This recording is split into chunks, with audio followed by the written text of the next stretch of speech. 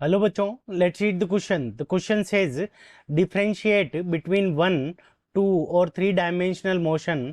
How do we describe 1 dimensional motion. ठीक है बच्चों, सो इस क्वेश्चन के अंदर हमें ये पूछा है कि 1 डायमेंशनल, 2 डायमेंशनल और 3 डायमेंशनल मोशन क्या होता है और इनको हम कैसे डिफरेंशिएट करेंगे और 1 डायमेंशनल मोशन को हम कैसे डिफाइन करेंगे। ठीक है बच्चों, सो इस क्वेश्चन को करने के लिए हम क्या करेंगे, की कंसेप्ट अप्लाई करेंगे।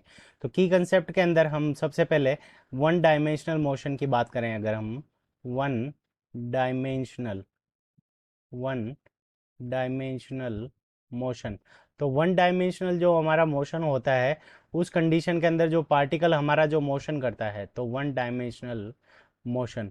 तो 1 डायमेंशनल मोशन के अंदर पार्टिकल क्या करता है कि 1 डायरेक्शन के अंदर मोशन करता है। ठीक है बच्चों, मोशन जो होता है वो किस में होता है, केवल और केवल 1 डायरेक्शन के अंदर।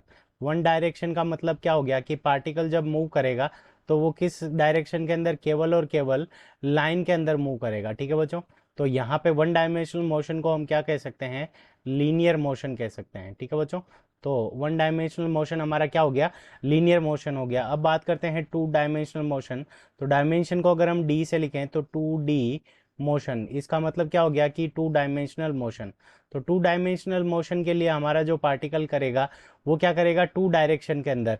यानी अगर इस डायरेक्शन को अगर हम एक्स डायरेक्शन दे दें तो पार्टिकल, और इस डायरेक्शन को वाई डायरेक्शन दे दें तो पार्टिकल कुछ इस तरह से मूव करेगा कि उसका एक्स डायरेक्शन के अंदर भी चेंज होगा और वाई डायरेक्शन के अंदर भी चेंज होगा। तो ये एक्स कोऑर्डिनेट हो गया एक्स डायरेक्शन के लिए, वाई कोऑर्डिनेट हो गया वाई डायरेक्शन के लिए।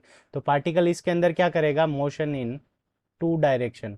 तो 2 डायमेंशनल मोशन के लिए हमारा पार्टिकल क्या करेगा, मोशन इन 2 डायरेक्शन, या फिर इसको हम क्या कह सकते हैं, मोशन इन ए प्लेन।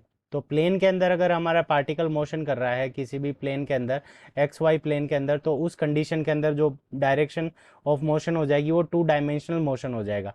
अब बात करते हैं 3 डायमेंशनल मोशन। तो 3 डायमेंशनल मोशन को हम कैसे लिख सकते हैं, 3D मोशन। तो 3D मोशन के लिए जो पार्टिकल होगा वो हमारा क्या करेगा, तीनों डायरेक्शन के अंदर मोशन कर सकता है। तो तीनों डायरेक्शन के अंदर मोशन, यानी मोशन इन ए स्पेस। ठीक है बच्चों, तो हमारा जो पार्टिकल होगा वो क्या करेगा, मोशन इन स्पेस, यानी किसी भी डायरेक्शन के अंदर वो मोशन कर सकता है, positive X positive Y, negative X negative Y. तो इस तरह से देखो, तो अगर ये मान लो कि हमारा कोई स्फेयर है, ठीक है बच्चों, सो स्फेयर, स्फेयर मतलब ये हमारी क्या हो गई, एक अर्थ हो गई।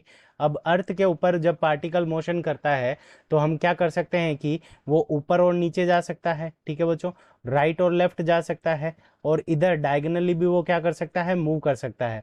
तो इसका मतलब क्या हो गया कि उसका एक्स कोऑर्डिनेट भी चेंज होगा, वाई कोऑर्डिनेट भी चेंज होगा, और थर्ड जेड कोऑर्डिनेट भी उसका क्या हो जाएगा, चेंज हो जाएगा। अब 1 डायमेंशनल मोशन को डिफाइन करने के लिए हम क्या कह सकते हैं, मोशन इन ए लाइन।